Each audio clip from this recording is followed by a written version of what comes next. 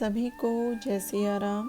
आज हम इस वीडियो में सुंदरकांड पढ़ेंगे, हिंदी में पढ़ेंगे, जिससे कि हम समझ सकें कि सुंदरकांड में क्या क्या बताया गया है, किस तरह से कथा कही गई है, किस किस के बीच में वार्तालाप है, वो सब हम हिंदी में पढ़ेंगे। हम सब ने सुंदरकांड पढ़ा है, छंद चौपाइयाँ हम सभी ने पढ़ी हैं, लेकिन हम लोग ये नहीं जान पाते कि इसका हिंदी में अर्थ क्या है। तो इसके लिए आज हम सुंदरकांड हिंदी में पढ़ेंगे ताकि हम जान सकें कि इसमें क्या क्या बताया गया है, क्या है, उसको हम अच्छे से जान पाएँ और समझ पाएँ। तो आइए शुरुआत करते हैं सुंदरकांड की। तो सबसे पहले गणपति जी को हम नमस्कार करते हैं और अपने इस सुंदरकांड की शुरुआत करते हैं। जो सदा ही शांत, सनातन, प्रमाण रहित, सब पापों से रहित, मोक्ष और शांतिदायक ब्रह्मा, शंभु और शेषनाग जी द्वारा सदैव सेवा किए गए, वेदांत से जानने योग्य, सर्वव्यापक, जिसका राम नाम है, जगत के स्वामी, देवताओं के गुरु, माया से मनुष्य अवतार धारण करने वाले, विष्णु स्वरूप, करुणा सिंधु, राजाओं में चूड़ामणि, श्री रघुनाथ जी को मैं प्रणाम करता हूँ। हे श्री राम जी, मैं सत्य कहता हूँ कि मेरे हृदय में अन्य कोई अभिलाषा नहीं है। फिर आप तो सर्वांत अंतर्यामी हैं, अतः हे रघुवंशियों में श्रेष्ठ, मुझे पूर्ण भक्ति दीजिए और मेरे मन को काम, क्रोध, लोभ आदि दोषों से रहित कीजिए। अपार बल के भंडार, सुमेरु पर्वत के सदृश शरीर वाले राक्षस रूपी वन को जलाने के लिए अग्नि स्वरूप, ज्ञानियों में सर्वश्रेष्ठ, संपूर्ण गुणों के धाम, वानरों के अधीश्वर, श्री राम जी के श्रेष्ठ दूत, पवन पुत्र हनुमान जी की मैं वंदना करता हूँ। जाम्बवंत की सुंदर बातें हनुमान जी के मन को बहुत अच्छी लगी। वह कहने लगे, हे भाइयों, कंदमूल फल खाकर दुख सहज कर तब तक बाट देखना जब तक कि मैं जानकी जी को देखकर लौट ना आऊं। मेरे मन में प्रसन्नता हो रही है, इस कारण अवश्य कार्य सफल होगा। यह कहकर सबको सिर नवाकर हृदय में श्री राम जी को धारण करके हनुमान जी प्रसन्नता पूर्वक चले। समुद्र तट पर एक सुंदर नाम का पर्वत था। उस पर हनुमान जी खेल ही खेल में कूद कर चढ़ गए। बार बार श्री राम जी का स्मरण कर वह जोर से गरजे और कूदे। हनुमान जी जिस पर्वत पर चढ़कर चरण रखकर कूदे थे, वह तुरंत ही पृथ्वी में प्रवेश कर गया।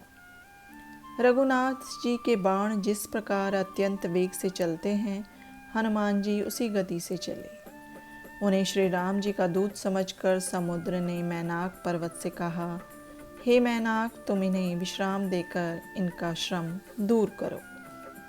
सागर का वचन मानकर मैनाक तुरंत सागर में से निकले और बार बार हाथ जोड़कर प्रणाम कर हनुमान जी से विश्राम करने के लिए निवेदन किया।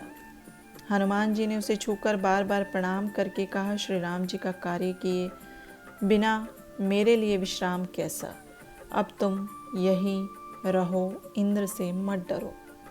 देवताओं ने हनुमान जी को जाते देखकर उनके बल बुद्धि की जांच करनी चाहिए। यही सोच उन्होंने सांपों की माता सुरसा को भेजा। उसने आकर हनुमान जी से कहा कि आज मुझे देवताओं ने भोजन दिया है। यह सुनकर हनुमान जी हंसकर बोले, राम जी का कार्य करके और सीता की खबर प्रभु को सुनाकर लौटूंगा। हे माता, तब मैं आकर तुम्हारे मुख में घुसूंगा। सत्य कहता हूँ, मुझे जाने दो। कैसे भी जब उसने ना जाने दिया, तब हनुमान जी बोले, मुझे खा क्यों नहीं लेती? उसने 4 कोस का मुख फैलाया। यह देखकर हनुमान जी ने अपना देह दूना किया। फिर उसने 16 योजन मुख फैलाया। हनुमान जी तुरंत 32 योजन के हो गए। जैसे जैसे सुरसा मुख बढ़ाती थी वैसे वैसे हनुमान जी दूना रूप कर लेते थे। सुरसा ने जब 100 योजन का मुख किया तब उनने अति छोटा रूप कर लिया। फिर मुंह में घुसकर शीघ्र बाहर आ प्रणाम कर विदा मांगी। सुरसा ने कहा, देवताओं ने मुझे जिस हेतु भेजा था मैंने तुम्हारी उस बुद्धि बल की परीक्षा कर ली। तुम सचमुच बल और बुद्धि के भंडार हो। श्री राम जी का सब कार्य करो। यह आशीर्वाद देकर सुरसा चली गई। तब हनुमान जी प्रसन्न होकर चले। समुद्र में एक राक्षसी रहती थी। वह मायाविनी आकाश के पक्षियों को पकड़ लेती थी। आकाश में उड़ते हुए जंतु की छाया जल में देखकर छाया पकड़ लेती थी कि वे उड़ नहीं सकते थे। इस तरह वह सदा पक्षियों को खाती थी। उसने हनुमान जी से भी वही छल किया। वे तुरंत ही जान गए। उसे मारकर बुद्धिमान हनुमान जी समुद्र पार गए। वहाँ उन्होंने पहुँच वन की शोभा को देखा कि शहद के लालची भोरे गुंजार कर रहे हैं। नाना प्रकार के वृक्षों में सुंदर फल फूल लगे हैं। पक्षी और मृग देखकर मन मोहता है। एक विशाल पर्वत देखकर हनुमान जी निडर हो उस पर चढ़ गए। हे पार्वती, इसमें हनुमान जी की कुछ बड़ाई नहीं है। भगवान का प्रताप काल को भी खा सकता है। फिर हनुमान जी ने पर्वत पर चढ़कर लंका को देखा। उस दुर्ग की विशेषता कही नहीं जाती। वह दुर्ग बड़ा ऊंचा था। उसके चारों ओर समुद्र था और सोने का परकोटा भी अत्यंत प्रकाशमान था। यह परकोटा विचित्र मणियों से युक्त था। अति सुंदर, बहुत घना था। इसके चारों ओर बाजार और गली कूचे थे। नगर बहुत सुंदर था। वहाँ हाथी, घोड़े, खच्चर, पैदल और रथ असंख्य थे। वहाँ अनेक रूपों वाली राक्षसी की सेना बड़ी बलवान थी। उसका वर्णन नहीं हो सकता। कहीं वन, बगीचे, उद्यान, वाटिका, तालाब, कुएं और बावड़ियाँ सुशोभित है तथा देवताओं, मनुष्य और गंधर्वों की कन्याएं अपने सौंदर्य से मुनियों का मन मोहती है।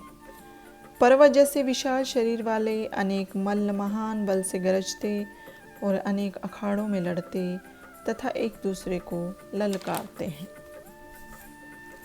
विकट शरीर वाले करोड़ों योद्धा यत्न पूर्वक नगर की चारों दिशाओं में रक्षा करते हैं। कहीं मूढ़ राक्षस लोग भैंसे, मनुष्य, गधे और बकरों को खा रहे हैं। ये लोग रघुनाथ जी के बाण रूपी तीर्थ में देह त्याग कर अवश्य शुभ गति पावेंगे। इसी कारण गोस्वामी तुलसीदास जी ने संक्षेप में इनका वर्णन किया है। अधिक संख्या में नगर के राक्षस देखकर हनुमान जी ने सोचा कि अत्यंत सूक्ष्म रूप रखकर रात को नगर में प्रवेश करूंगा। हनुमान जी मच्छर के समान रूप धरकर राम जी का स्मरण कर लंका में घुसे। उनको देखकर लंकनी नाम की राक्षसी बोली, मेरा निरादर कर कहाँ जाते हो? अरे दुष्ट, तू मुझे नहीं जानता। लंका में आने वाले चोर ही मेरे आहार हैं। तब हनुमान जी ने उसके एक घुसा मारा जिससे वह मुंह से रक्त डाल पृथ्वी पर गिरी।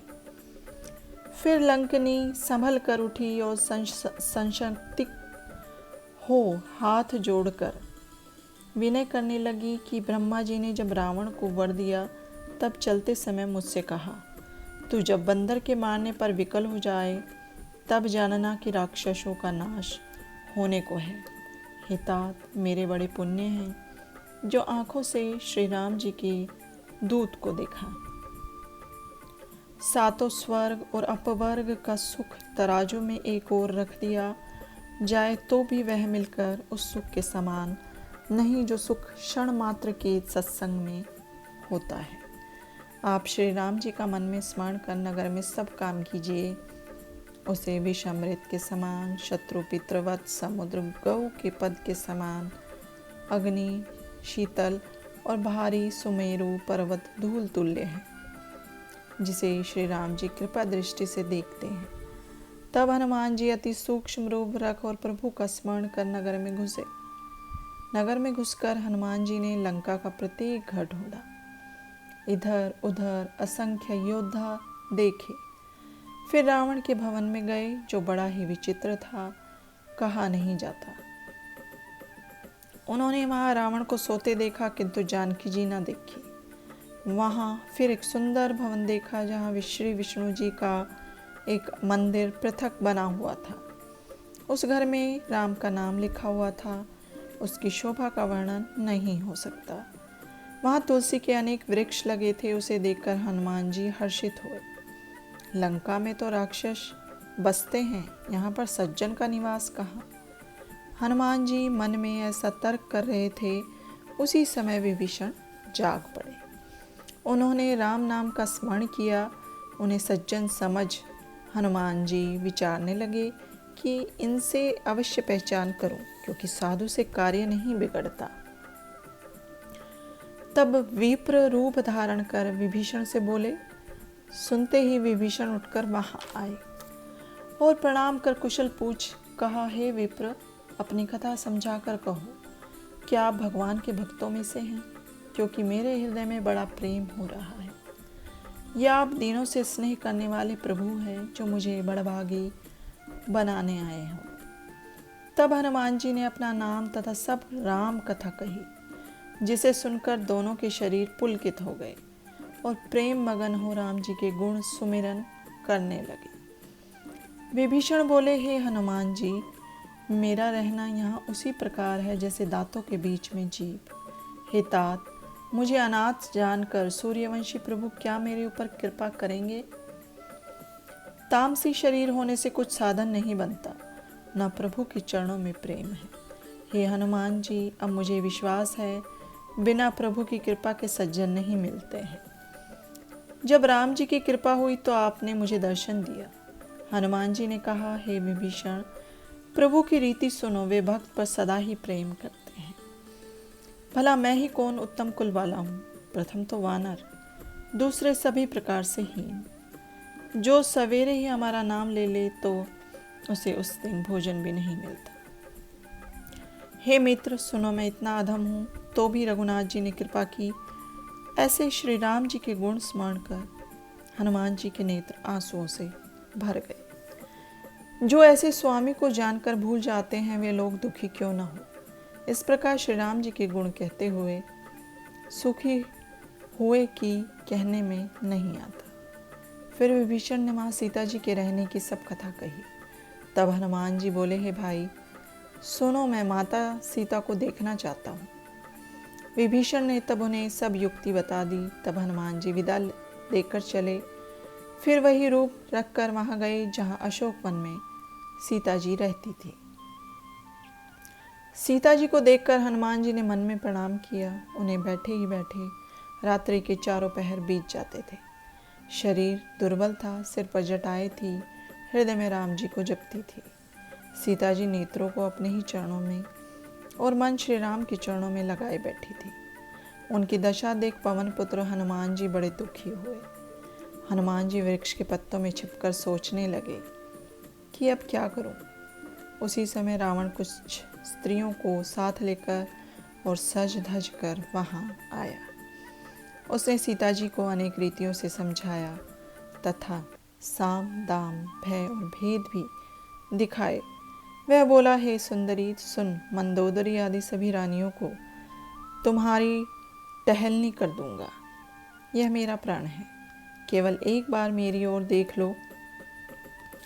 सीता जी परम स्नेही श्री राम जी का स्मरण कर तृण की ओट करके उससे बोली, अरे रावण सुन, खदियोत का प्रकाश पाकर क्या कमल नहीं खिल सकती है? अपने मन में ऐसा समझने क्या तुम्हें श्री राम के बाणों का स्मरण नहीं? दुष्ट, तू मुझे सोने में ही हर लाया है। अरे नीच, तुझे लज्जा नहीं आती? रावण अपने को जुगनू श्री राम जी को सूर्य के समान सुनकर तथा कठोर वचन सुन अत्यंत घिसिया कर तलवार निकाल कर बोला, सीता, तूने मेरा तिरस्कार किया है, इसलिए मैं इस कृपाण से तेरा सिर काट दूंगा। या तो मेरी बात मान ले, नहीं तो हे सुंदरी, तेरा जीवन ही समाप्त है। सीता जी बोली, ओ रावण, नील कमलों के समान सुंदर और हाथ की सूंड के समान स्वामी की भुजाएं ही मेरे गले में पड़ेंगी, या तेरी कृपाण ऐसा मेरा प्रण है। हे चंद्रहास, श्री राम जी की वियोगिनी से उत्पन्न मेरा दुख हर लो। तुम्हारी उत्तम धार बड़ी शीतल निशि के समान है, इससे मेरा दुख हर लो। सीता की बात सुन वह मारने दौड़ा। तब रानी मंदोदरी ने उसे समझाया। तब वह राक्षसियों को बुलाकर बोला, जाकर सीता को डराओ। महीने भर में यदि मेरा कहा इसने ना माना तो मैं इस कृपाण से इसे मार डालूंगा। रावण तो यह कहकर घर चला गया और यहाँ राक्षसियाँ अनेक भयंकर रूप रखकर सीता को डराने लगी। उनमें त्रिजटा नाम की एक राक्षसी थी। राम जी के चरणों में उसका प्रेम था। उसने सबको बुला स्वप्न सुनाकर कहा कि सीता जी की सेवा करके अपना भला कर लो। मैंने स्वप्न में देखा था कि एक वानर ने आकर लंका जला दी है। सब सेना मार डाली। नंगे शरीर रावण गधे पर चढ़ा है। उसका सिर, मुंडा और भुजाएं कटी है। रावण इस प्रकार दक्षिण को जा रहा है। लंका का राज्य विभीषण को मिल गया है। नगर में रघुनाथ जी की दुहाई फिर गई है। तब श्री राम जी ने सीता को बुलाया। मैंने इस स्वप्न पर भली भांति विचार किया है।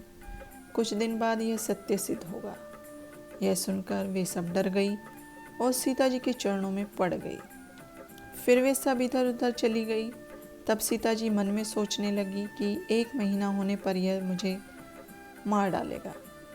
सीता जी त्रिजटा में बोली, हे माता, विपत्ति में तुमने मेरा संग दिया है। अब ऐसा उपाय करो कि मैं शरीर त्याग दूं। अब यह दुख सहा नहीं जाता। हे माता, लकड़ियाँ लाकर चिता बनाकर उसमें आग लगा दे। मैं सत्य कहती हूँ, प्यारी चतुर सखी, ऐसा ही कर, क्योंकि ऐसे शूल के समान वचन सहे नहीं जाते। यह सुन त्रिजटा चरण पकड़ प्रभु के बल और प्रताप को कहने लगी, हे राजकुमारी, रात में आग नहीं मिलेगी। यह कह वह अपने घर को चली गई। सीता जी बोली, विधाता ही मेरे प्रतिकूल हैं। ना आग मिलेगी और न मेरा दुख मिटेगा। आकाश में अंगारे दिख रहे हैं, किंतु पृथ्वी पर एक भी तारा नहीं आता। मुझे अभागिनी जान चंद्रमा भी आग नहीं देता। हे अशोक वृक्ष, तुम ही मेरा शोक हर लो। इसी प्रकार अपना अशोक नाम सत्य कर लो। तुम्हारी कोपलें आग के समान हैं, तुम उनसे ही आग दे दो तो मैं शरीर त्याग दूँ। सीता जी को व्याकुल देख हनुमान जी का वह क्षण कल्प के समान बीता। हनुमान जी ने मन में विचार कर मुदरी डाल दी। अशोक ने मानो अंगार डाल दिया है। यह जान प्रसन्न हो सीता जी ने उसे उठा लिया। उन्होंने देखा कि यह तो सुंदर मुंदरी है जिस पर राम नाम लिखा है।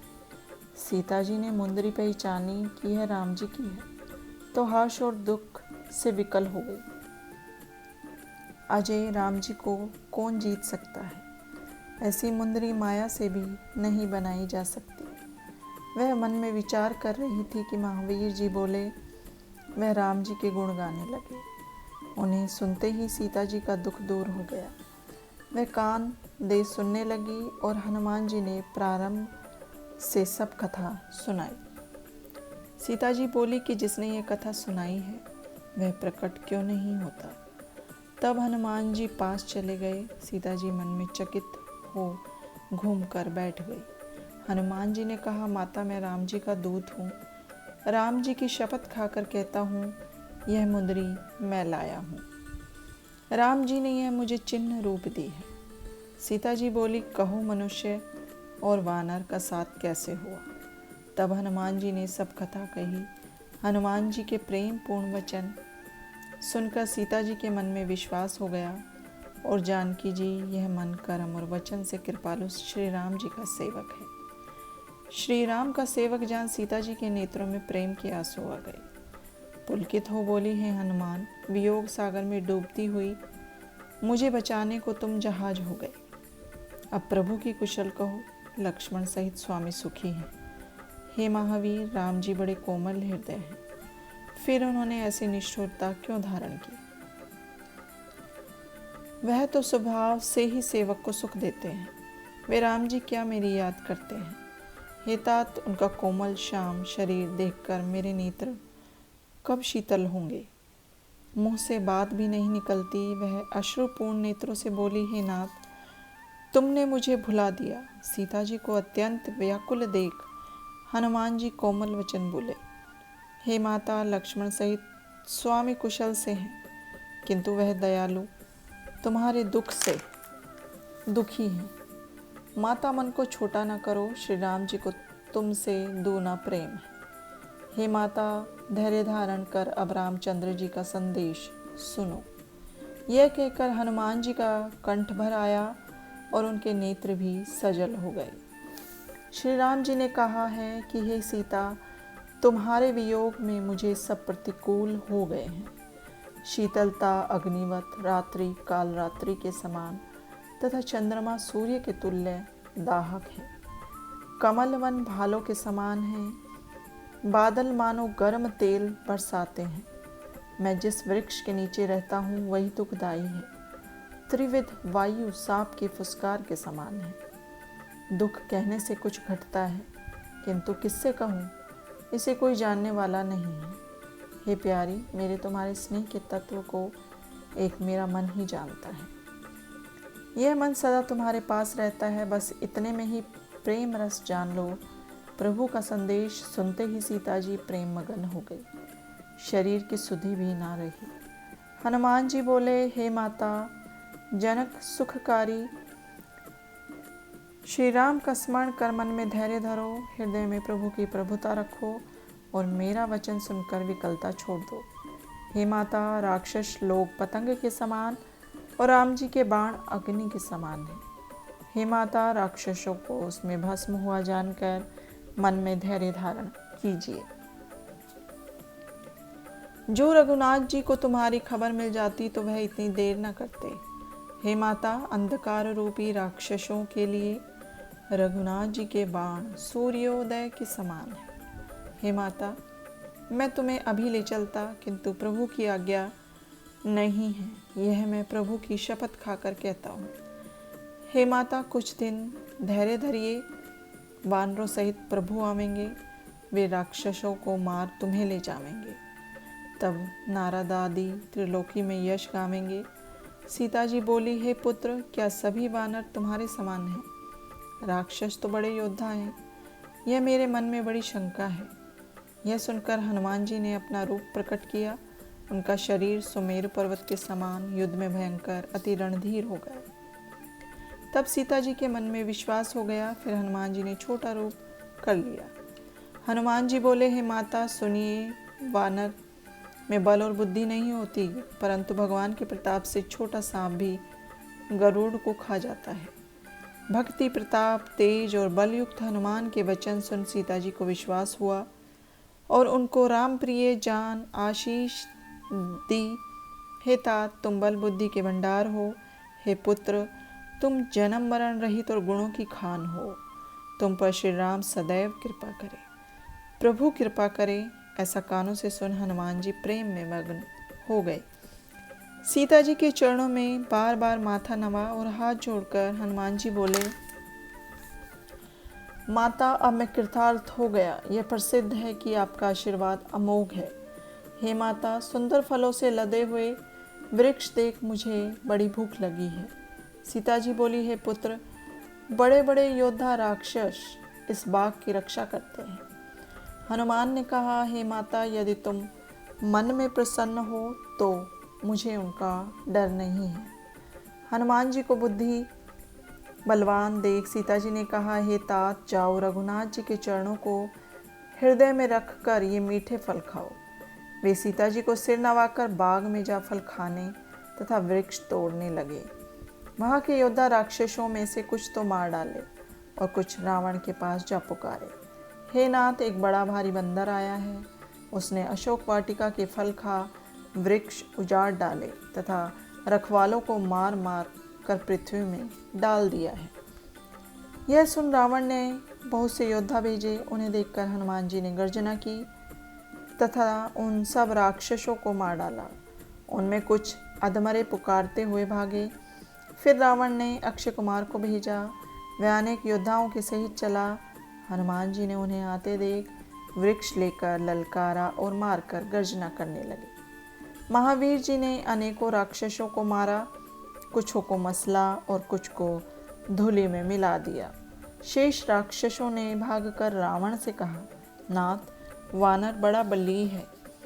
पुत्र की मृत्यु सुनकर रावण क्रोधित हो उठा। फिर उसने बलवान मेघनाथ को भेजकर कहा, पुत्र, उसे मारना नहीं, पकड़ लेना, देखो तो वह वानर कहाँ से आया है। भाई की मृत्यु से क्रोधित हुआ मेघनाथ चला। जब कपि ने देखा कि भयंकर योद्धा आ रहा है तो उसे देखकर हनुमान जी कटकटाकर गर्जना करते हुए दौड़े। एक विशाल वृक्ष उठाकर हनुमान जी ने उसके प्रहार से मेघनाथ को रथहीन कर दिया और जो योद्धा उसके साथ थे उनको पकड़कर अपने अंगों से मसल दिया। उनको मारकर वे मेघनाथ से जूझे। वे दोनों दो हाथियों के समान लड़ने लगे। महावीर उस एक घूसा मारकर वृक्ष पर चढ़ गए। वह एक क्षण को मूर्छित हो गया। फिर उठकर उसने अनेक माया की, किंतु हनुमान जी पर उसे विजय न मिली। फिर मेघनाथ ने ब्रह्मास्त्र ले लिया। अब तो हनुमान जी ने सोचा, यदि मैंने ब्रह्मास्त्र के प्रभाव को न माना तो इसकी महान महिमा मिट जाएगी। उसने हनुमान जी के ब्रह्मास्त्र मारा। उसके लगने से उनने गिरते समय भी सेना का नाश किया। कपि को मूर्छित हुआ जान नागपाश से बांध ले गया। हे पार्वती, सुनो, जिस नाम को जपकर ज्ञानी मुनि भवबंधन से मुक्त होते हैं, उसी का दूत बंधन में पड़ा। प्रभु के कार्य हेतु अपने को बंधन में डलवाया। कपि को बंधन में पड़ा सुन निशाचर दौड़े और तमाशे के लिए दरबार में ले आए। हनुमान रावण के दरबार को देख चकित हुए। उसका ऐश्वर्य वर्णन से परे है। भयभीत देवता और दिक्पाल करबद्ध हो प्रणाम कर उसके संकेतों पर चलते हैं। उसके प्रताप से महावीर जी तनिक भी न डरे, जैसे कि सर्पों में गरुड़ निर्भय हो। रावण महावीर को देख खोटे वचन कहकर हंसा। फिर पुत्र की मृत्यु को याद कर मन में दुखी हुआ। रावण बोला, रे वानर, तू कौन है? तूने किसके बल पर उद्यान उजाड़ा? क्या तूने मेरा नाम नहीं सुना? रे दुष्ट, तू बड़ा ही निर्भीक जान पड़ता है। अरे दुष्ट, तूने किस अपराध से राक्षसों को मारा? तुझे प्राणों का डर नहीं? हनुमान जी बोले, हे रावण, जिसकी शक्ति से माया अनेक ब्रह्मांड रचती है, हे रावण, जिसके बल से ब्रह्मा, विष्णु और शिव जी संसार को रचते, पालते और संहार करते हैं, जिसके बल से शेष जी वन पर्वत सहित ब्रह्मांड को धारण किए हैं, जो देवताओं की रक्षा हेतु तुम जैसे दुष्टों को शिक्षा देने के लिए विविध शरीर धारण करते हैं, जिन्होंने महादेव का धनुष तोड़कर राजाओं का गर्व दूर किया, जिन्होंने खरदूषण, विराट व बाली आदि महान योद्धाओं को मारा और जिनके आंशिक बल के प्रताप से तुमने सब चरा कर जीत लिए हैं। मैं उन्हीं का दूत हूँ जिनकी प्यारी स्त्री को तुम चुरा लाए हो। मैं तुम्हारा प्रभुत्व जानता हूँ। सहस्त्र भाव से तुम्हारा युद्ध हुआ था। बाली से लड़कर तुमने यश पाया है। महावीर जी का वचन रावण ने हंसी में उड़ा दिया। मैं भूखा था, इसलिए मैंने फल खाए और वानर स्वभाव से वृक्ष तोड़े। हे स्वामी, अपनी देह सबको प्रिय होती है। कुमार्गामी राक्षस मुझे मारते हैं। जिन्होंने मुझे मारा उनको मैंने मारा। फिर भी तुम्हारे पुत्र ने मुझे बांध लिया। इसकी मुझे लाज नहीं। मैं तो अपने स्वामी का कार्य किया चाहता हूँ। हे रावण, मैं हाथ जोड़कर कहता हूँ, अभिमान त्याग कर तुम अपने कुल का विचार करो और भ्रम छोड़कर भक्त भयहारी श्री राम जी को भजो, जिसके डर से सुर असुर और चराचर को खाने वाला काल भी भयभीत रहता है। उससे बैर कभी मत कीजिए और मेरे कहने से जानकी दे दीजिए। दीनों के पालक, रघुवंश में श्रेष्ठ, करुणा सिंधु, खर राक्षस के शत्रु, भगवान की शरण में जाने पर वह प्रभु तुम्हारा अपराध क्षमा कर तुम्हें शरण देंगे। यदि तुम श्री राम जी के चरण हृदय में धारण करोगे तो लंका में अटल राज्य करोगे। पुल सत्य ऋषि के चंद्र तुल्य निर्मल वंश में तुम कलंक रूप मत बनो। अभिमान और मोह छोड़कर विचारो कि राम नाम के बिना वाणी सुंदर नहीं लगती।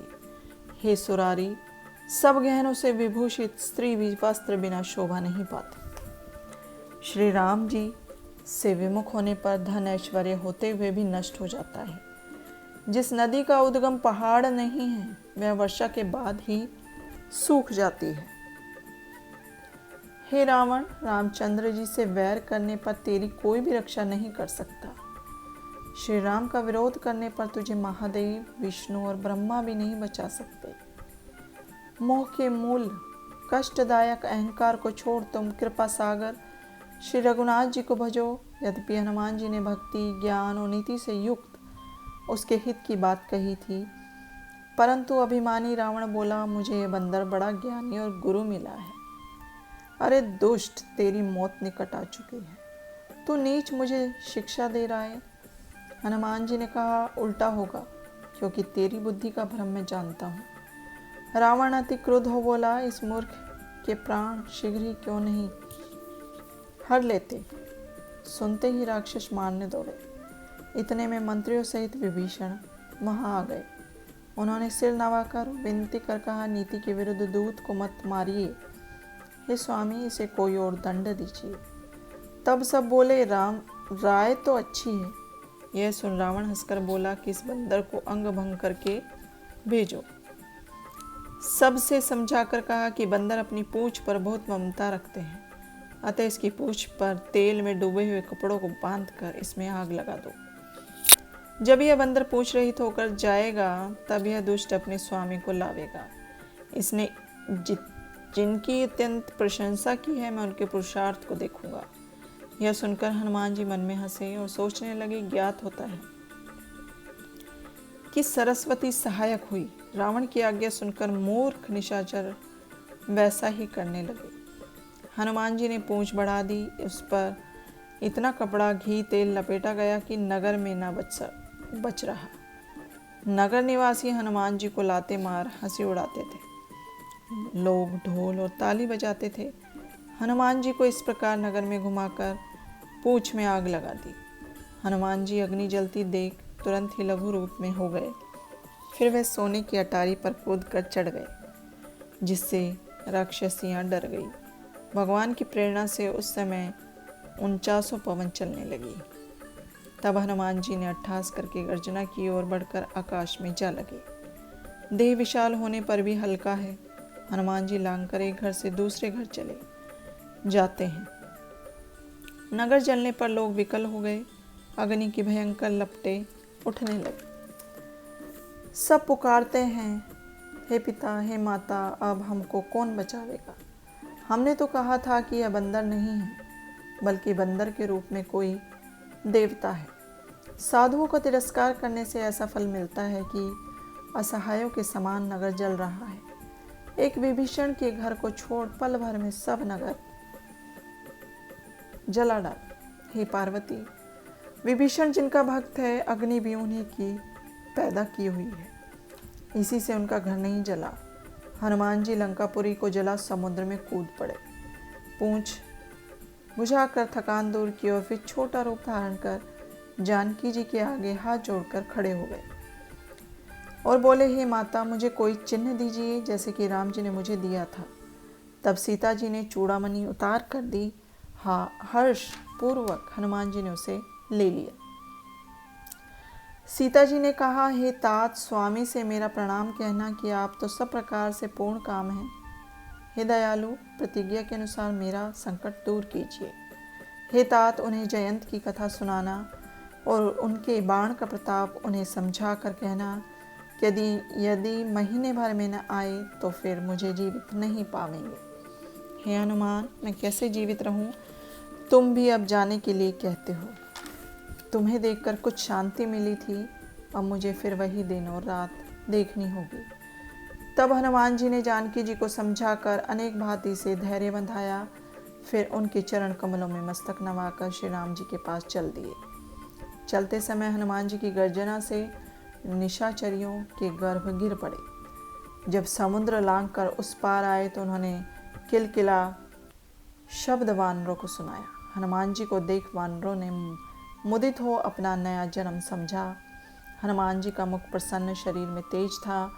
सबने जाना कि ये प्रभु का कार्य कर आए हैं।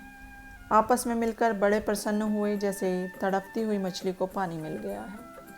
फिर सब नए इतिहास को कहते सुनते प्रसन्न होकर श्री राम के पास चले।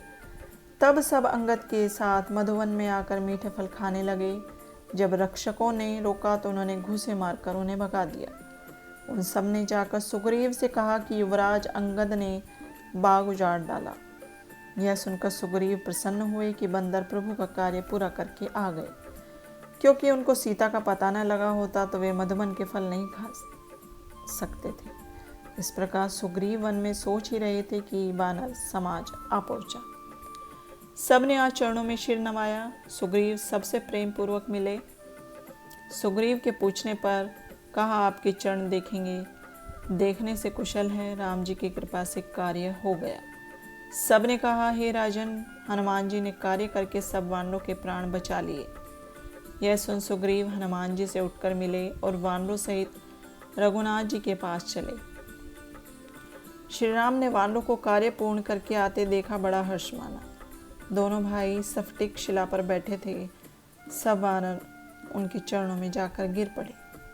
करुणा कर रघुनाथ जी प्रेम सहित सबसे मिले और कुशल पूछी। तब सबने कहा, हे नाथ, आपके चरण कमल देखकर अब कुशल ही है।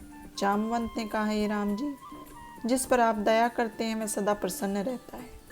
उस पर देवता, मनुष्य और मुनि सदा प्रसन्न रहते हैं। वही विजयी तथा गुणवान है, उसी का यश तीनों लोकों में प्रकट है। हे स्वामी, आपकी कृपा से सब काम हो गया है और हमारा जन्म भी सफल हो गया है। हे नाथ, महावीर जी ने जो कार्य किया है वह लाखों मुखों से भी नहीं कहा जा सकता। फिर जाम्बवंत ने हनुमान के सुंदर चरित्र श्री राम को सुनाए। सुनते ही राम जी को बहुत अच्छे लगे। श्री राम ने हनुमान को हृदय से लगाकर कहा, हे तात, कहो सीता वहाँ किस भांति प्राणों की रक्षा करती है। हनुमान जी बोले, दिन रात आपका स्मरण ही उनका पहरेदार है, ध्यान की वाड़ है, अपने पैरों की ओर देखना ही ताला है, फिर प्राण किस मार्ग से जा सकते हैं। चलते समय मुझे यह चूड़ामणि दी है। राम जी ने उसे लेकर छाती से लगा लिया। हनुमान जी बोले, हे नाथ, नेत्रों में आंसू भरकर सीता जी ने कुछ कहा है।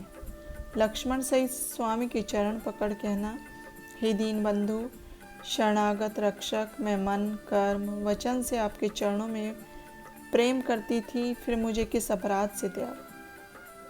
हाँ, मेरा एक दोष अवश्य है कि मैं आपके वियोग में प्राण त्याग न कर सकी, पर हे नाथ, यह अपराध भी नेत्रों का है। यही प्राणों के निकलने में बाधक होते हैं।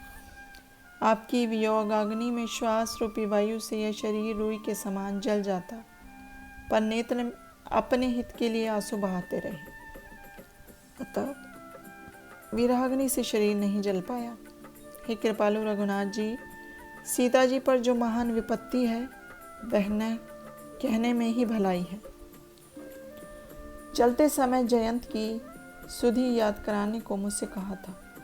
हे प्रभु, जानकी जी का एक एक पल कल्प के समान बीतता है। इससे जल्दी चलकर अपने बाहुबल से दुष्टों की सेना को जीतकर उन्हें ले आइए। सीता जी का दुख सुनकर सुख के धाम प्रभु के नेत्रों में जल भर आया। वह बोले, मन, कर्म, वचन से जो मुझे भजता है उसे स्वप्न में भी विपत्ति नहीं होती। हनुमान जी बोले, हे स्वामी, विपत्ति वही है जब आपका ध्यान और स्मरण ना हो। राक्षसों की बात ही क्या है। बैरी को जीतकर सीता जी को ले आइए। राम जी बोले, हे कपि, तुम जैसा उपकारी देवता मनुष्य मुनियों में कोई नहीं है। तुम्हारे उपकार का बदला मैं कैसे चुकाऊं? मेरा मन भी तुम्हारे सामने नहीं हो सकता। हे हनुमान, मैं तुमसे कभी उऋण नहीं हो सकता। मैंने यह विचार कर देखा है, श्री रघुनाथ जी बार बार हनुमान को देखते हैं, नेत्रों में अश्रु है और शरीर पुलकित है। हनुमान जी राम जी की बातें सुन उनका मुख देखकर हृदय में प्रसन्न हुए। फिर प्रेम विह्वल हो चरणों में गिर पड़े और बोले, हे भगवान, रक्षा करो, रक्षा करो। राम जी बार बार उठाते हैं पर प्रेम मगन होने से वह उठते नहीं। प्रभु के चरणों में हनुमान जी का सिर रखा है। इस दशा को याद कर शिव जी प्रेम मगन हो गए। फिर मन को सचेत कर शिव जी सुंदर कथा कहने लगे। हनुमान जी को उठाकर राम जी ने अपने हृदय से लगा हाथ पकड़कर अपने पास बैठा लिया। हे हनुमान, कहो, रावण से रक्षित लंका तुमने कैसे जलाई? वह तो बड़ा बांका दुर्ग है। महावीर जी श्री राम जी को प्रसन्न जान अभिमान रहित वचन बोले। वानरों का यही पुरुषार्थ है कि वे डाली से दूसरी डाली पर जाते हैं। मैंने जो सोने की लंका जलाई, निशाचर मारे और उपवन उजाड़ा, हे स्वामी, यह सब आपका ही प्रताप है। हे स्वामी, मेरी इसमें कुछ वीरता नहीं है। हे प्रभु, जिस पर आप अनुकूल हो उसके लिए कुछ भी कठिन नहीं। आपके प्रताप से निश्चय ही तुच्छ रोई बड़वाग्नि को जला सकती है। हे नाथ, आप अपनी सुखों की देने वाली निश्चल भक्ति कृपा कर दीजिए। हे पार्वती, महावीर के ऐसे सरल वचन सुन श्री राम जी ने कहा, ऐसा ही होगा। हे पार्वती, जो राम जी को जानते हैं उन्हें भजन के अलावा कुछ अच्छा नहीं लगता। जिसके हृदय में यह संवाद आया उसी को राम जी की भक्ति प्राप्त हो गई। राम जी की बातें सुन बंदर कहते हैं, हे कृपालु, राम जी आपकी जय हो। तभी श्री राम जी ने कपिराज को बुलाया और कहा कि चलने की तैयारी करो। अब देर क्यों करते हो? वानरों को आज्ञा दो। यह कौतुक देख देवता पुष्प वर्षा करते हुए हर्षित होकर आकाश मार्ग से अपने अपने घर को गए। सुग्रीव के बुलाने पर अनेक रंगों के महान बलवान वानर और रीछ सेनापति के समूह शीघ्र आए। आकर बलवान रीछ और बंदर रघुनाथ जी के चरण कमलों में सिर नवाकर गरजते हैं। कमल नयन रघुनाथ जी ने सब वानरी सेना कृपा की दृष्टि से देखी। श्री राम जी का आश्रय पा वानर ऐसे हो गए मानो पंख वाले पर्वत हो। तब प्रसन्न हो राम जी ने प्रस्थान किया। उस समय अनेक सुंदर शुभ शकुन हुए। जिनकी कीर्ति मंगलमय है उनकी यात्रा में शुभ शकुन उचित ही है। प्रभु का प्रस्थान सीता जी ने जान लिया, मानो उनके बाएं अंगों ने फड़क कर कह दिया हो। जो जो सीता जी को शकुन हुए वही रावण को अपशकुन हुए। इतनी सेना चली कि उसका वर्णन नहीं हो सकता। असंख्य वानर और रीछ गरजते हैं। नख, अस्त्र, पर्वत और वृक्षों को धारण करने वाले रीछ वानर इच्छानुसार आकाश और पृथ्वी में चले। रीछ वानरों के सिंहनाद से दिग्गज डगमगाते वे चित्कार करते हैं। दिग्गज चित्कार करने लगे, पृथ्वी और पर्वत हिलने लगे, समुद्र खलबलाने लगे, सूर्य चंद्रमा प्रसन्न हुए, देवताओं, मुनियों, नागों, किन्नरों के दुख नष्ट हो गए। करोड़ों वीर बलवान कटकटाते और दौड़ते हैं और श्री राम जी के भारी प्रताप की जय कहकर अयोध्यापति रघुनाथ जी के गुण गाते हैं। शेषनाग उस भारी बोझ को सह नहीं सकते। वह बार बार शिथिल हो दांतों से कछुए की पीठ को पकड़ते हैं, किंतु कठोर होने से उसमें दांत तो धंसते नहीं हैं, दांतों की रेखाएं पड़ती जाती है। वह कैसी दिखती है मानो श्री राम जी का प्रस्थान जान कछुए की कठोर पीठ पर वह उनकी यात्रा का वर्णन लिखते हैं। इस प्रकार कृपालु रामचंद्र जी समुद्र के किनारे जा पहुँचे। वहाँ अनेक वीर वानर भालू इधर उधर फल खाने लगे। जब से हनुमान जी लंका को जलाकर गए तब से वहाँ राक्षस सशंकित रहते थे और अपने अपने घर सब सोचते थे कि निशाचरों के कुल का उद्धार नहीं, क्योंकि जिसके दूत का बल अपार है, भला उसके स्वामी के आने से क्या भलाई होगी। पूर्ववासियों की ये बातें दूतियों द्वारा सुन मंदोदरी अत्यंत व्याकुल हुई। वह हाथ जोड़ अपने पति रावण के पैरों में पड़ नीतिपूर्ण वचन बोली, हे स्वामी, प्रभु से द्वेष भाव छोड़ दो और मेरी अति हितकारी बात हृदय में रखो। जिसके दूत के कर्तव्य याद आते ही राक्षसियों के गर्भ गिर जाते हैं। हे स्वामी, यदि भलाई चाहो तो मंत्री को बुलाकर उसके साथ उनकी पत्नी उनके पास भेज दो। कमलवन रूपी तुम्हारे कुल को दुखदाई सीता जी शीत की रात्रि के समान आई है। हे नाथ, सीता को दिए बिना शिव ब्रह्मा भी तुम्हारा भला नहीं कर सकते। सर्वरूपी राम जी के बाण मेढक रूपी राक्षसों को खाने न पाए, उसके पहले ही हठ छोड़कर उनसे मेल करने का यत्न कर लो। संसार में प्रसिद्ध अहंकारी दुष्ट रावण उसकी बात सुनकर हंसा और बोला, स्त्री का स्वभाव सचमुच डरपोक होता है, शुभ कार्य में भी उसे अमंगल दिखता है। यदि वानरी सेना आवेगी तो बेचारे राक्षस उससे खाकर जिएंगे। लोकपाल भी जिसके डर से कांपते हैं, उसकी स्त्री ऐसी डरपोक हो, बड़ी हंसी की बात है। यह कह रावण ने हंसकर उसे हृदय से लगा लिया और ममता दिखा सभा को चला। मंदोदरी ने मन में सोचा कि पति पर विधाता विपरीत हो गया है। रावण सभा में बैठा था कि उसे यह खबर मिली कि रामचंद्र जी की सब सेना समुद्र के उस पार आ गई है। तो मंत्रियों से पूछा कि इस समय क्या करना चाहिए, उचित सलाह दो। तब सभी मंत्री हंसे और परस्पर कहने लगे कि चुप ही रहो। मंत्री, गुरु और वैद्य ये तीन यदि डरकर प्रिय बात कहे तो इनके द्वारा राज्य, धर्म और शरीर का शीघ्र ही नाश हो जाता है। रावण के सभासदों का हाल भी वही है कि मंत्री ठकुर सुहाती कहते हैं। उचित अवसर जानकर विभीषण आए और भाई रावण के चरणों में सिर नवाया। फिर मस्तक नवाकर अपने स्थान पर बैठ गए और आदेश पाकर बोले, ही कृपालु, आप जो पूछते हैं तो हे भाई, मैं बुद्धि के अनुसार कहता हूँ, उसे सुनो। यदि अपना भला सुंदर बुद्धि, सुयश, शुभ गति और अनेक प्रकार के सुख चाहते हो तो हे नाथ, पराई स्त्री का साथ चौथ की चंद्रमा की भांति छोड़ दो। जो 14 लोकों का एक पति हो, वह भी प्राणी मात्र के द्वेष से नहीं टिक सकता। मनुष्य गुणी व चतुर होता है, पर थोड़े से लाभ को कोई उसको भला नहीं कहता। हे नाथ, काम, क्रोध, मद और लोभ ये सब नरक के मार्ग हैं। इससे इन सबको छोड़कर श्री रघुनाथ जी के चरणों का ध्यान करो। उत्तम शास्त्र यही कहते हैं।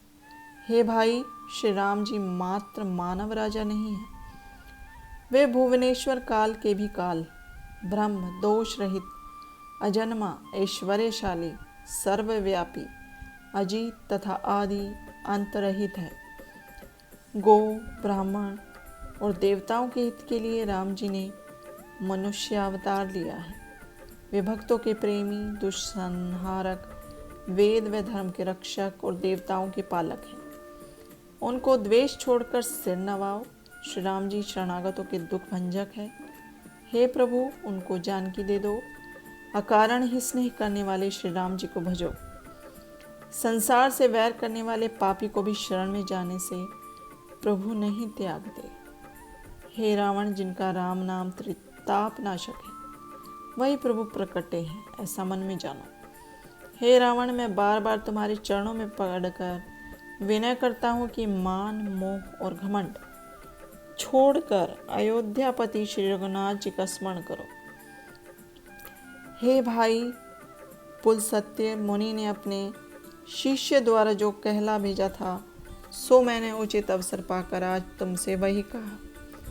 माल्यवंत नाम के चतुर मंत्री ने विभीषण की बात सुनकर बड़ा सुख मान कहा, हे तात, तुम्हारा भाई नीति में श्रेष्ठ है, अतः यह जो कहता है वह हृदय में धरो। रावण बोला, ये दोनों शत्रु की प्रशंसा करते हैं, अरे कोई इनको मेरे सामने से हटा दो। फिर माल्यवंत तो अपने घर गया और विभीषण हाथ जोड़कर बोले, हे नाथ, मति और कुमति सबके होती है, किंतु वेद पुराण ये कहते हैं कि सुबुद्धि नाना प्रकार की संपत्ति और कुबुद्धि अनेक विपत्तियों की निधान है। तुम्हारे हृदय में कुबुद्धि बसी है, इसी से हित को अनहित और मित्र को शत्रु मानते हो। जो सीता राक्षसों के कुल की कालरात्रि है, उसी पर तुम्हारी बड़ी प्रीति है। हे भाई, तुम्हारे चरण छूकर मैं यह मांगता हूँ कि मेरा दुलार रखकर श्री राम जी को जानकी दे दीजिए, जिससे तुम्हारा अहित न हो। विभीषण ने बुद्धजनों, पुराणों और वेद युक्त वचनों से नीति वर्णन की। जिसे सुनकर रावण क्रोधित होकर बोला, अरे दुष्ट, तेरे सिर पर मृत्यु नाच रही है। अरे दुष्ट, तू सदा मेरी कृपा पर जिया, परंतु आज तुझे शत्रु का पक्ष अच्छा लगा। बतला, संसार में ऐसा कौन है जिसे मैंने अपने बाहुबल से ना जीता हो। मेरे नगर में रहकर तपस्वियों पर प्रेम रखता है, जाकर उन्हीं से मिल और उन्हीं को नीति कह। यह कहकर विभीषण की लात मारी, किंतु उसने बार बार पैर पकड़े। हे पार्वती, संतों का यही बड़प्पन है कि अहित करने पर भी वे हित ही करते हैं। विभीषण बोला, आप पिता के तुल्य हैं, मुझे मारा तो अच्छा किया, किंतु हे नाथ, आपका भला श्री राम जी के स्मरण से ही होगा। यह कह अपने मंत्रियों को साथ ले विभीषण आकाश मार्ग में गए और सबको सुनाकर बोले, हे रावण, राम सत्य प्रतिज्ञ हैं और तुम्हारी सभा काल के वशीभूत है। मैं अब रघुनाथ जी की शरण में जाता हूँ, इसमें मेरा कोई अपराध नहीं। यह कहकर विभीषण चले, तभी राक्षसों की आयु क्षीण हो गई। शिवजी बोले, हे पार्वती, संत का निरादर तुरंत ही कल्याणों का नाश कर देता है। अभागा रावण विभीषण को त्यागते ही ऐश्वर्य से हीन हो गया। उधर विभीषण जी मन में प्रसन्न होकर अनेक विचार करते हुए श्री रघुनाथ जी के पास चले। मैं लाल कमल के समान कोमल चरणों को जाकर देखूंगा, जो भक्त सुखदायक हैं, जिन्हें छूकर ऋषि पत्नी अहिल्या तर गई और दंडक वन पवित्र हो गया। जिन चरणों को श्री सीता जी हृदय में रखे हैं, जो चरण कपट मृग के साथ दौड़े, जो शिवजी के हृदय रूपी तालाब में विराजते हैं, उन्हीं चरणों को मैं देखूंगा। अहो भाग्य है। भरत जी ने जिन चरणों की पादुकाओं में मन लगा रखा है, इन आँखों से आज मैं वही चरण जाकर देखूंगा। विभीषण इस प्रकार प्रेम पूर्वक विचार करते हुए शीघ्र ही समुद्र के पार आए। उनको आते देख वानरों ने जाना कि यह शत्रु का कोई भेदिया है। वानर उन्हें वहीं रोककर सुग्रीव के पास गए और उनसे सब हाल कह सुनाया। सुग्रीव ने श्री राम जी से कहा, हे प्रभु, रावण का भाई आपसे मिलने आया है। श्री राम जी ने कहा, हे मित्र, तुम्हारी राय क्या है। सुग्रीव बोले, हे राजन, राक्षसों की माया जानी नहीं जाती। यह काम रूपी न जाने किस लिए आया है। मैं समझता हूँ यह शठ हमारा भेद लेने आया है, अतः इसे बांध ले। श्री राम जी ने कहा, हे मित्र, तुमने नीति तो अच्छी सोची, परंतु मेरा प्रण शरणागत भयहारी है। प्रभु के वचन सुन हनुमान जी प्रसन्न हुए कि प्रभु कैसे शरणागत वत्सल है, जो अपना अहित सोचकर शरण में आए हुए को त्याग देते हैं। वे मनुष्य नीच और पापी हैं, उन्हें देखने से भी हानि होती है। जिसे कोटि विप्र वध का पाप लगा हो, शरण में आने पर मैं उसे भी नहीं छोड़ता। जब प्राणी मेरे सामने आता है, तभी मैं उसके कोटि जन्म के पाप नाश कर देता हूँ। पापी का यह सहज स्वभाव होता है कि उसको कभी मेरा भजन अच्छा नहीं लगता। यदि यह दुष्ट हृदय होता तो मेरे सामने ही क्यों आने लगा। निर्मल मन वाला ही मुझे पा सकता है, क्योंकि मुझे छल कपट अच्छे नहीं लगते। यदि रावण ने इसे भेद लेने भेजा हो तो भी, हे सुग्रीव, डरो मत। संसार में जितने भी राक्षस हैं, हे मित्र, उन सबको लक्ष्मण पल भर में मार डालेंगे। यदि वह डर से शरण में आवेगा तो उसे प्राणों के समान रखूंगा। दोनों ही स्थितियों में उसे ले आओ। कृपालु श्री राम जी ने हंसकर कहा। तब अंगद और हनुमान सहित वानर कृपालु श्री राम जी की जय हो कहकर चले। विभीषण को आदर सहित आगे कर वानर दयानिधि रघुनाथ जी के पास चले। विभीषण ने नेत्रों को आनंद देने वाले दोनों भाइयों को देखा, फिर छविधाम श्री राम जी को एकटक देखते ही रहे। राम जी की विशाल भुजाएं, लाल कमलवत नेत्र और श्याम शरीर था, वह शरणागत के भयनाशक है। सिंह के समान कंधा और चौड़ी छाती थी, श्रीमुख कामदेव के मन को मोहने वाला है। विभीषण के शरीर में रोमांच हुआ आया। वह धैर्य धारण कर बोले, हे प्रभु, मैं रावण का भाई हूँ। राक्षसों के कुल में मेरा जन्म हुआ है। तामसी देह होने से हमें पाप स्वाभाविक ही प्रिय है, जैसे उल्लू को अंधेरा प्रिय होता है। मैं आपका कानों से सुंदर यश सुनकर आया हूँ। हे प्रभु, संसार के दुखों का नाश करने वाले, शरणागतों को सुख देने वाले, हे रघुवीर, रक्षा करो। यह कह दंडवत करते हुए देख राम जी ने प्रसन्न हो भुजाओं से पकड़ उसे हृदय से लगा लिया। उसके दीन वचन प्रभु को अच्छे लगे। राम जी लक्ष्मण सहित विभीषण से बोले, उसे अपने पास बिठाकर बोले, हे लंकेश, अपनी कहो, क्योंकि तुम कुठोर पर रहते हो। हे सखा, दिन रात तुम दुष्टों की मंडली में रहते हो, वहाँ धर्म का पालन कैसे होता होगा। मैं तुम्हारी नीति जानता हूँ, तुम्हें अनीति नहीं भाती। हे भाई, दुष्ट के संग से नरक का वास अच्छा है। विभीषण बोले, हे श्री राम, अब आपके चरण देख कुशल हुआ, जो आपने अपना भक्त जान कृपा की है। सच तो यह है कि मनुष्य जब तक कामनाओं को त्याग कर आपके चरणों को नहीं भजता, तब तक उसकी कुशल नहीं होती और न विश्राम ही मिलता है। उसी समय तक लोभ, मोह, मलिनता, मद और मान रहते हैं, जब तक कि धनुष बाण और तरकश धारण किए आप हृदय में निवास नहीं करते। ममता रूपी रात्रि राग द्वेष रूपी उल्लुओं को सुखदायी है, पर वह अभी तक मन में निवास करती है, जब तक प्रभु का प्रताप रूपी सूर्य प्रकट नहीं होता है। हे राम जी, आपके दर्शन पाकर अब मैं कुशल से हूँ। संसार के सभी भय मिट गए। जिस पर आप प्रसन्न होते हैं उसे सांसारिक ताप नहीं व्यापते। मैं नीच स्वभाव वाला राक्षस हूँ, मैंने कभी शुभ कर्म नहीं किए। ओ मुनियों ने ध्यान में भी जिनको नहीं पाया, उन्हीं प्रभु ने हर्षित हो मुझे गले लगाया। यह मेरा अति सौभाग्य था, जो सुख देने वाले श्री रामचंद्र जी को मैंने नेत्रों से देखा। ब्रह्मा और शिव जी भी जिनके दोनों चरणों की सेवा करते हैं। हे मित्र, सुनो, मैं अपना स्वभाव कहता हूँ, जिसे काकभूषणी शिव जी और पार्वती जी जानते हैं कि यदि कोई चराचर का शत्रु भी डरकर मेरी शरण में आवे, तो मद, मोह, कपट और विभिन्न प्रकार के छल छुड़ाकर उसे साधु के समान कर देता हूँ। माता पिता, भाई, पुत्र, पत्नी, शरीर, धन, मित्र और कुटुंब, इन सब के मोह रूपी धागों को एकत्रित करके उसकी डोरी बटकर मेरे चरणों में मन को बांधे।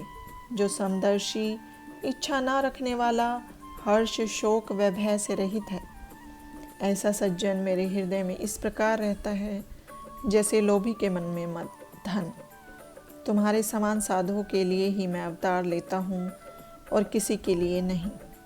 जो साकार रूप के उपासक, परम हितु, नीतिवान, दृढ़ संयमी हैं, जो ब्राह्मणों के चरणों में प्रेम करते हैं, ऐसे मनुष्य मुझे प्राणों के समान प्यारे हैं। हे लंकापति, तुम में ये सब गुण हैं, इसलिए तुम मुझे अधिक प्यारे हो। श्री राम जी के वचन सुनकर सब वानर कहने लगे, कृपालु श्री राम जी की जय हो। अमृत समान प्रभु की वाणी सुन विभीषण तृप्त नहीं होते। वह बार बार प्रभु के चरणों को पकड़ते हैं, उनके हृदय में अपार प्रेम है। विभीषण बोले, हे स्वामी, आप शरणागत के रक्षक हैं। पहले मेरे हृदय में कुछ वासना थी, अब वह आपके चरणों की प्रीति रूपी नदी में बह गई। हे कृपा निधान, अब अपनी वह पवित्र भक्ति दीजिए जो शिव जी के मन को भली लगी है। ऐसा ही होगा कहकर राम जी ने तुरंत समुद्र का जल मंगाया और कहा, हे मित्र, यद्यपि तुम्हें कोई अच्छा नहीं है, पर मेरा दर्शन अमोघ है। यह कह राम जी ने उसके तिलक कर दिया। आकाश से पुष्प वर्षा होने लगी। रावण की क्रोधाग्नि में उसकी श्वास रूपी प्रबल वायु से जलते हुए विभीषण को श्री राम जी ने बचा लिया और उसे अखंड राज्य भी दिया। जो संपत्ति महादेव जी ने रावण को 10 सिर भेंट करने पर दी थी, वही संपदा रघुनाथ जी ने विभीषण को संकोच के साथ दी।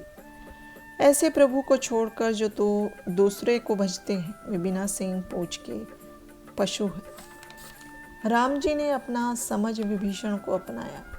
प्रभु का यह स्वभाव बंदरों को अच्छा लगा। फिर सर्वज्ञाता, सबके हृदय में बसने वाले, सर्वरूप, उदासीन नीति के पालक, निशाचरों को मारने के लिए मनुष्य अवतार लेने वाले श्री राम जी बोले, हे सुग्रीव, हे लंकापति, सुनो, इस गंभीर समुद्र से किस प्रकार पार हो। इसमें मगर, सांप और मछलियाँ भरी पड़ी हैं। यह बहुत गहरा और दुस्तर है। विभीषण ने कहा, हे श्री रघुनाथ जी, आपका बाण करोड़ों समुद्रों को सुखा सकता है। फिर भी नीति ऐसा कहती है कि समुद्र से जाकर विनय करनी चाहिए। हे प्रभु, समुद्र आपके वंश का गुरु है, इसलिए वह सोचकर उपाय बतलाएगा जिससे रीछों और वानरों की सेना अनायास ही समुद्र लांघ जाएगी। राम जी बोले, हे मित्र, तुमने श्रेष्ठ उपाय बतलाया है। यदि देव सहायता करे तो यही करूँगा। यह राय लक्ष्मण की अच्छी न लगी। राम जी की बात सुन वे दुखी हुए। वे बोले, हे नाथ, भाग्य का क्या भरोसा है। क्रोधपूर्वक समुद्र को सोख लीजिए। भाग्य तो कायरों का एक आधार है। आलसी ही देव देव पुकारते हैं। यह सुनते ही हंसकर श्री राम जी बोले कि मन में धैर्य धारण करो, ऐसा ही करूँगा। यह कहकर लक्ष्मण को समझाया और स्वयं समुद्र के पास गए। जाकर पहले श्री राम जी ने प्रणाम किया, फिर तट पर कुशा बिछाकर बैठे। विभीषण के श्री राम जी के पास चले जाने पर पीछे से रावण ने दूत भेजे। माया से वानरों का रूप धारण कर उन्होंने सब चरित्र देखा और राम जी के गुणों की सराहना करने लगे कि शरण में आए हुए पर उनका कैसा अपूर्व प्रेम है। वे राम जी का स्वभाव प्रकट में भी कहते हैं। प्रेम के वश में होने से बैर भूल गए। वानर शत्रु के दूत समझ उन्हें बांधकर सुग्रीव के पास ले आए। सुग्रीव ने कहा, हे वानरों, सुनो, इन राक्षसों को अंग भंग करके लौटा दो। सुग्रीव की आज्ञा सुन वानर दौड़े और उन्हें बांधकर सेना में सभी ओर घुमाया।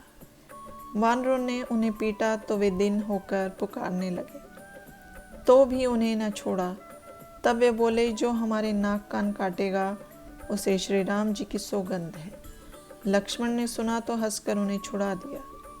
फिर कहा कि इस पत्र को रावण के हाथ में देकर कहना कि रे कुलघाती, लक्ष्मण के वचनों को बाँच। उस मूर्ख से यह उदार संदेश जवानी भी कहना कि जानकी जी को लौटाकर मिलो, नहीं तो अपना काल आया समझो। वे राक्षस लक्ष्मण जी के चरणों में सिर नवा रघुनाथ जी का यश वर्णन करते हुए लंका में आए और रावण के चरणों में सिर नवाया। रावण ने हंसकर पूछा, हे शुक, अपनी कुशल क्यों नहीं कहता। फिर विभीषण की खबर कहो, जिसकी की मौत अति समीप आ गई। मूर्ख ने राज्य करते हुए लंका को त्याग दिया, अब अभागा धुन के समान पिस जाएगा। रीछ वानरों की सेना का हाल कहो, जो काल की प्रेरणा से चली आई है। कोमल चित बेचारा समुद्र जिसके जीवन का रक्षक हुआ। फिर उस तपस्वियों की बात भी कही जो हृदय में मुझसे भयभीत है। क्या तुम से भेंट हुई थी या मेरा श्रेष्ठ यश सुनकर वे लौट गए। शत्रु की सेना का तेज और बल क्यों नहीं सुनाता, तेरा चित्त चकित क्यों है। दूत बोला, हे नाथ, जैसे आपने पूछा है वैसे ही क्रोध त्याग कहना मानिए। जब विभीषण उनसे मिला तो जाते ही राम जी ने उसका तिलक कर दिया। हमें तुम्हारा दूत सुनकर वानरों ने बांधकर अनेकों दुख दिए। वे हमारे नाक कान काटने लगे। तब श्री राम जी की सौगंध देने पर उन्होंने हमें छोड़ा। हे नाथ, राम जी की सेना का हाल करोड़ों मुखों से भी नहीं कहा जा सकता। रीछों और वानरों की सेना अनेकों रंगों की है, जिनके मुख बड़े भयंकर है। जिस वानर ने नगर जलाया, आपका पुत्र मारा, वह वानर तो सब वानरों में कम बली है। अनेकों नामों के भयंकर योद्धा है। बहुत से हाथियों का उनमें विशाल बल है। त्रिविध, मयंद, नील, नल, अंगद, गद, विकटास्य, दधिमुख, केहरी, कुमुद, गव और जाम्बवंत, ये सभी बल की राशि है। ये सब वानर सुग्रीव के तुल्य हैं। उनके जैसे करोड़ों अनगिनती है। उनमें अत्यंत बल है, इसी से वे तीनों लोगों को तिनके के समान गिनते हैं। हे रावण, मैंने कानों से ऐसे सुना है कि 18 पदम तो वानरों के सेनापति हैं और सेना में ऐसा कोई बंदर नहीं है जो युद्ध में आपको ना जीत सके। वे सब क्रोध से हाथ मिल मल रहे हैं, पर राम जी उन्हें आज्ञा नहीं देते। मछलियों और सांपों सहित समुद्र को सोख लेंगे और नखों से पहाड़ों को फोड़ डालेंगे और रावण को धूल में मिला देंगे। सब वानर ऐसा कहते हैं। स्वभाव से ही निर्भीक वानर गरजते हैं, मानो लंका को निगलना ही चाहते हैं। हे रावण, सभी रीछ व वानर शूरवीर हैं, फिर भगवान श्री राम उनके रक्षक हैं, जो कि युद्ध में करोड़ों कालों को भी जीत सकते हैं। राम जी के तेज बल और बुद्धि को लाख शेषनाग भी नहीं गा सकते। राम जी का एक बाण ही सैकड़ों समुद्रों को सोख सकता है, किंतु वे नीति में निपुण हैं। इस कारण उन्होंने समुद्र पार उतरने का उपाय तुम्हारे भाई से पूछा। विभीषण के वचन सुनकर श्री राम जी समुद्र से मार्ग मांगते हैं। यह सुनते ही रावण हंसा और बोला कि ऐसी बुद्धि है, तभी तो वानर सहायक हैं। डरपोक विभीषण की सलाह से राम ने समुद्र से मार्ग देने के लिए हठ ठानी है। तू झूठी बड़ाई क्यों करता है? मैंने शत्रु के बल की था पाली है। जिसका डरपोक विभीषण मंत्री है, उसे ऐश्वर्य कैसे प्राप्त हो सकता है? रावण के वचन सुन दूत को क्रोध आया और उसने अवसर जान पत्र निकाला और कहा, हे नाथ, लक्ष्मण जी ने यह पत्र दिया है, इसे पढ़कर हृदय शीतल कीजिए। रावण उसे बाएं हाथ में ले मंत्री को बुलाकर पढ़वाने लगा। अरे शठमूर्ख, बातों से मन को प्रसन्न कर, कुटुंब का नाश मत करो, क्योंकि श्री राम जी से वैर करने पर विष्णु, ब्रह्मा और शिव की शरण में जाने पर भी तू न बचेगा। अरे दुष्ट, अभिमान छोड़कर तू भी विभीषण की भांति राम जी के चरणों में मन लगा। राम जी के बाणों की अग्नि में कुल समेत पतंगे की भांति मत जल। यह सुन रावण मन में तो डरा, किंतु मुस्कुराकर बोला कि छोटे तपस्वी की बातें वैसी ही डींग हाँकने की है जैसे पृथ्वी में पड़ा हुआ कोई आकाश को छूना चाहे। दूत ने कहा, हे स्वामी, लक्ष्मण की बात सत्य है। अभिमान को त्याग समझिए, क्रोध छोड़कर मेरी बात सुनिए। हे प्रभु, राम जी से बैर त्याग दीजिए। यद्यपि राम जी सब लोगों के स्वामी हैं, पर उनका स्वभाव अत्यंत कोमल है।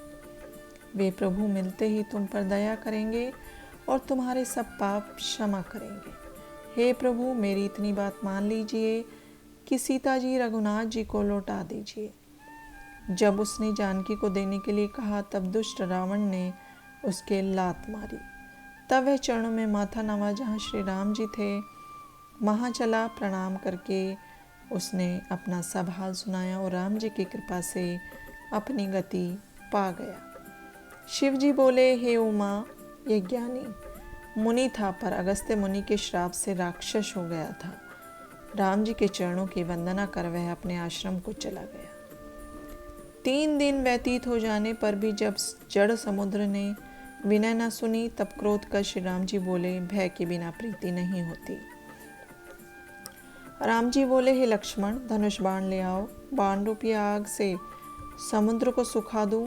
मूर्ख से विनय, कुटिल से प्रीति और स्वभाव के कंजूस से सुंदर नीति कहना, ममता के प्रेमी से ज्ञान की कथा, लोभी से वैराग्य, क्रोधी से शांति की बात और कामी को हरि कथा सुनाना, इन सब का फल ऊसर में बीज की तरह है। ऐसा कहकर राम जी ने धनुष चढ़ाया। यह सम्मति लक्ष्मण जी को अच्छी लगी। जब राम जी ने बाण संधाना तो समुद्र के भीतर ज्वाला उठने लगी, मगर सांप, मछलियाँ विकल हो गए। जब समुद्र ने जल जंतुओं को जलते हुए जाना तो सोने के थाल में मणियाँ रख ब्राह्मण का रूप धारण कर मान त्याग कर आया। हे गरुड़, चाहे करोड़ों उपाय करके केला को सींचो, परंतु वह काटने से ही फल देता है। ऐसे ही नीच मनुष्य प्रार्थना को न मानकर डांटने पर ही झुकता है। भयभीत हो समुद्र ने प्रभु के चरण पकड़कर कहा, हे नाथ, मेरे सब दोष क्षमा कीजिए। आकाश, वायु, अग्नि, जल और पृथ्वी स्वभाव से ही इनके कार्य जड़ हैं। आपकी प्रेरणा से इन्हें माया ने पैदा किया है। ग्रंथों ने इन्हें सृष्टि का कारण कहा है। प्रभु की जैसी आज्ञा होती है वह उसी प्रकार रहने में सुख पाता है। आपने मुझे शिक्षा देकर अच्छा ही किया, परंतु मर्यादा तो आपने ही स्थापित की है। ढोल, गवाह, शूद्र, पशु और स्त्री, इन सबको शासन की आवश्यकता है। आपके तेज से मैं सूख जाऊंगा, जिससे सेना उतर जाएगी, पर इसमें आपका महत्व न रहेगा। आपकी आज्ञा अटल है, आप जो आपको अच्छा लगे वही करो। समुद्र की यह कोमल वाणी सुन दयालु श्री राम जी ने मुस्कुराकर कहा, हे तात, जिस प्रकार वानरी सेना पार हो जाए वही उपाय करो। समुद्र बोला, हे नाथ, आपकी सेना में नल और नील नाम के 2 वानर हैं, जिनने बचपन में मुनियों से आशीर्वाद पाया है। नदी के तट पर जहाँ बहुत से मुनि रहते थे, वहाँ नल और नील दोनों जाकर धूम मचाया करते थे। जिस समय मुनि भगवान का ध्यान करते थे, तब यह नल नील उनकी मूर्तियों को उठा जल में डुबो देते थे। तब मुनियों ने क्रोध कर उनको शाप दिया कि तुम्हारी छुई हुई वस्तु पानी पर तैरा करेगी, डूबेगी नहीं, स्थिर रहेगी, चलेगी नहीं। तब उन्होंने समझकर अपना वह उद्यम त्याग दिया। उनके स्पर्श करने से भारी पर्वत आपके प्रताप से समुद्र में तर जाएंगे। फिर मैं भी आपकी प्रभुता हृदय में रख यथाशक्ति सहायता करूँगा। हे नाथ, इस प्रकार पुल बंधवाइए, जिससे कि आपके यश को तीनों लोग गावें।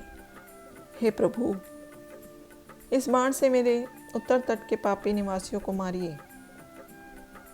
यह सुनकर कृपालु श्री राम जी ने समुद्र के मन की पीड़ा तुरंत ही दूर कर दी। राम जी के अमित बल और पुरुषार्थ को देखकर समुद्र आनंदित हुआ। फिर संपूर्ण हाल राम जी को सुनाकर चरणों में प्रणाम करके चला गया। समुद्र तो अपने घर गया। उसकी सम्मति राम जी को पसंद आई।